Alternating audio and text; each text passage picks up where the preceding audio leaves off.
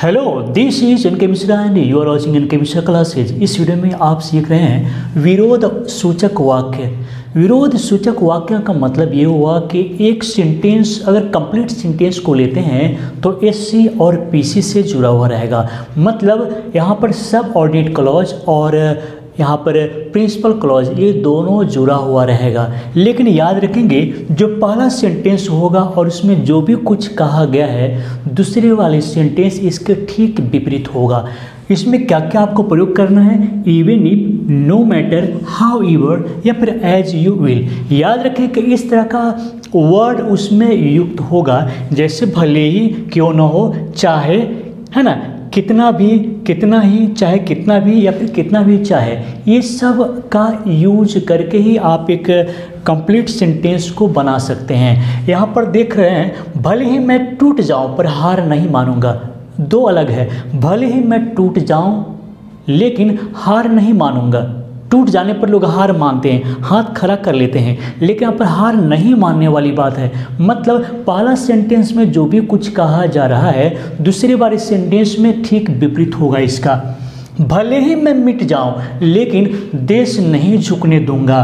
कितना भी डिंग हाँको मैं विश्वास नहीं करूंगा। अगर कोई व्यक्ति जितना भी डिंग हाँक ले, जितना भी बढ़ा चढ़ा कर कुछ बोले, लेकिन सब्जेक्ट यहाँ पर उसके बातों में विश्वास नहीं करने वाला है। चाहे कितना भी बड़बड़ाओ मैं चुप ही रहूँगा। एक व्यक्ति है खूब बड़बड़ा रहा है और दूसरा वो चुप ही रहने वाला है। तो इस तरह के सेंटेंस में पहला क्या होगा, उस जो भी कहा जाएगा दूसरे सेंटेंस में उसका ठीक विपरीत यूज होगा। लेकिन याद रखें यहाँ पर इवन इफ और नो मैटर और हाउ एवर तीन जो है ये सब ऑर्डिनेट का काम करेगा, और यहाँ पर एज ये भी कंजक्शन का ही काम करता है, ये भी सब ऑर्डिनेट का काम करेगा। और इसके बाद डायरेक्ट प्रेजेंट टेंस में हम सेंटेंस को लाएंगे और इससे जुड़े हुए दूसरे सेंटेंस को अपने उसके ज़रूरत के अनुसार बदलना होगा। तो चलिए इन सब को हम देख लेते हैं प्रैक्टिस करके। लेकिन आप इसको ध्यान से देखिए क्योंकि इस वीडियो के अंत में हम आपसे क्वेश्चन करने वाले हैं और देखेंगे कि आपका आंसर कितना सही होता है। हमेशा आपके कमेंट को चेक करते हैं। तो चलिए, लेकिन आगे बढ़ने से पहले आप इस वीडियो को लाइक कर लीजिए। अगर पहली बार इस चैनल पर आए हैं तो इस चैनल को सब्सक्राइब कर लीजिए और बेल आइकन जरूर दबाइए। तो चलिए शुरू करते हैं। तो यहाँ पर देखना यह है कि ये दो सेंटेंस एक रूल से बनेगा, ये दूसरा अलग से और ये तीसरा अलग से। तो दो दो करके हम बता रहे हैं। यहाँ पर देखेंगे, भले ही मैं टूट जाऊं पर हार नहीं मानूंगा। तो इसमें हम इवन इफ का यूज करेंगे। Even if I break,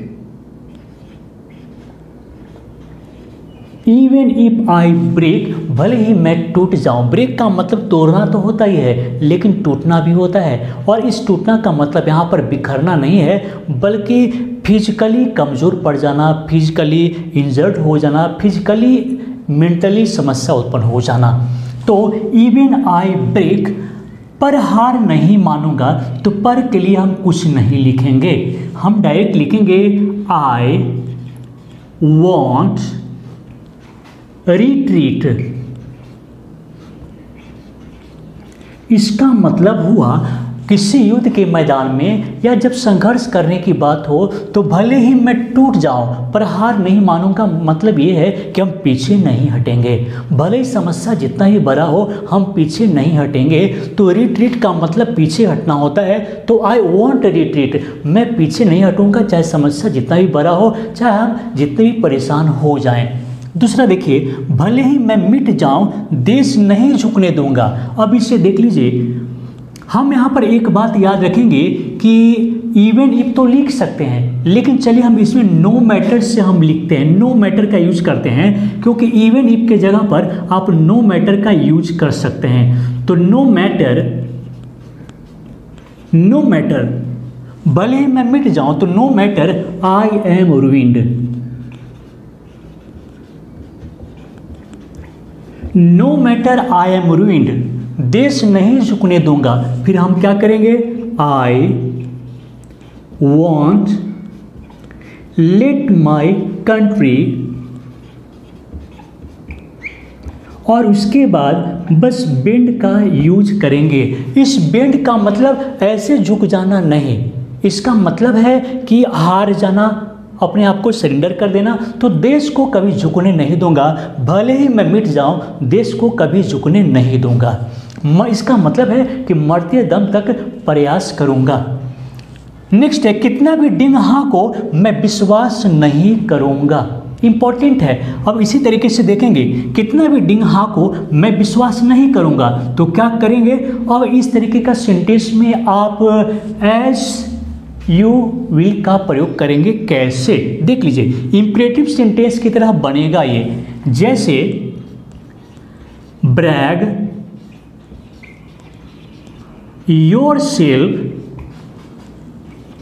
as you will,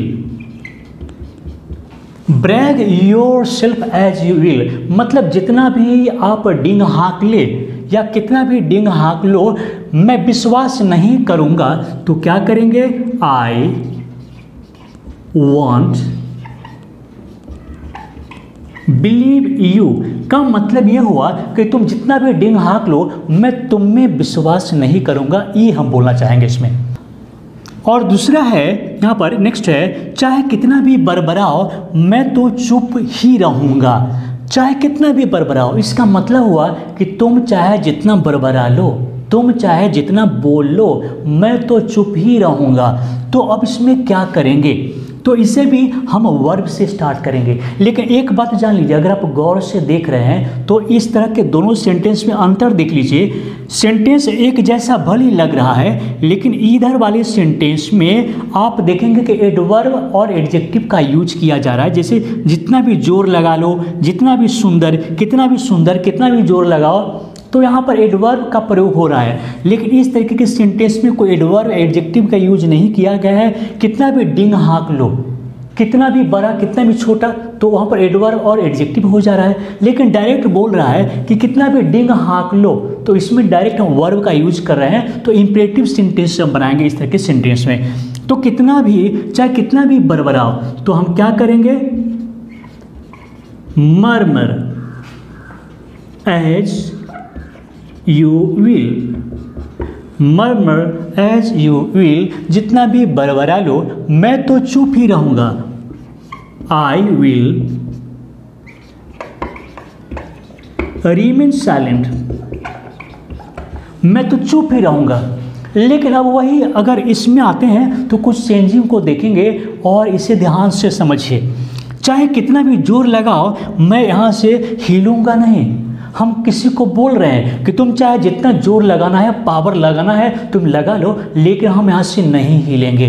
तो हम क्या करेंगे, तब हम हाउ एवर का यूज कैसे करते हैं, सो देख लीजिए। हाउ एवर हार्ड, उसके बाद हम इसमें मे का भी यूज करेंगे।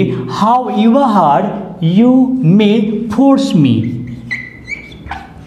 मतलब तुम जितना भी जोर लगा लो, चाहे कितना भी जोर लगाओ, तो how ever hard you may force me, फिर कॉमा, मैं यहाँ से हिलूंगा भी नहीं। तो I want move from here. बहुत सिंपल है। How ever hard you may force me, तुम कितना भी जोर लगा लो, मैं यहाँ से हिलूंगा भी नहीं।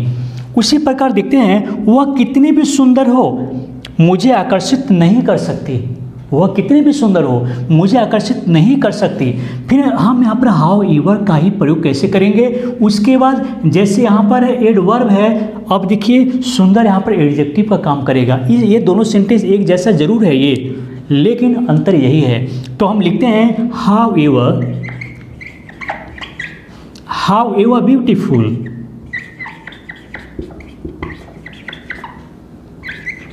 शी मे बी, मतलब वह कितनी भी सुंदर हो, how ever beautiful she may be, बस मुझे आकर्षित नहीं कर सकती। तो क्या करेंगे, शी कांट अट्रैक्ट मी। ये दोनों मैंने आपको बतला दिया है कि ये दो और ये दो दोनों एक जैसा भले ही है, लेकिन इसे सेंटेंस को बोलने में लिखने में बहुत सारा अंतर है। और अंतर यही है कि यहाँ पर एज यू विल का प्रयोग करते हैं, वर्ब से शुरू करते हैं, और इसमें हाउ एवर का प्रयोग करेंगे। उसके बाद जो एडजेक्टिव है वो एडजेक्टिव का प्रयोग करेंगे। अगर एडवर्ब है तो हम उसमें एडवर्ब का प्रयोग करेंगे। ये आपको याद रखना पड़ेगा। तो अब बारी है आपसे सवाल करने की, और देखते हैं इसे आप समझ पाए हैं या नहीं। तो आज का सवाल है, भले ही मुझे भूल जाओ, मतलब भले ही तुम मुझे भूल जाओ मैं तुम्हें याद रखूँगा या याद करूँगा। समझना जरूरी है। भले ही तुम मुझे भूल जाओ मैं तुम्हें याद रखूँगा। इवन इफ का प्रयोग करेंगे, और कैसे ट्रांसलेट सही से करेंगे अब आपको ये समझना है। और अभी कमेंट बॉक्स में जवाब दीजिए। आपके एक एक कमेंट को हम चेक करते हैं, पढ़ते हैं, रिप्लाई करते हैं। तो ज़रूरी है कि आप कमेंट करना मत भूलिए। अगर वीडियो अच्छा लगा तो उसके बारे में भी लिखिए। अगर कुछ आप सजेस्ट करना चाहते हैं तो वो लिखिए। मतलब ये है कि यह चैनल आपका है। हम सभी मिलकर के कुछ नया करेंगे, सीखेंगे, इम्प्रूव करेंगे, आगे बढ़ेंगे। तो चलिए दोस्तों, इस वीडियो को देखने के लिए, लाइक करने के लिए और शेयर करने के लिए, क्योंकि शेयर करना है, तो आप सभी को बहुत बहुत धन्यवाद।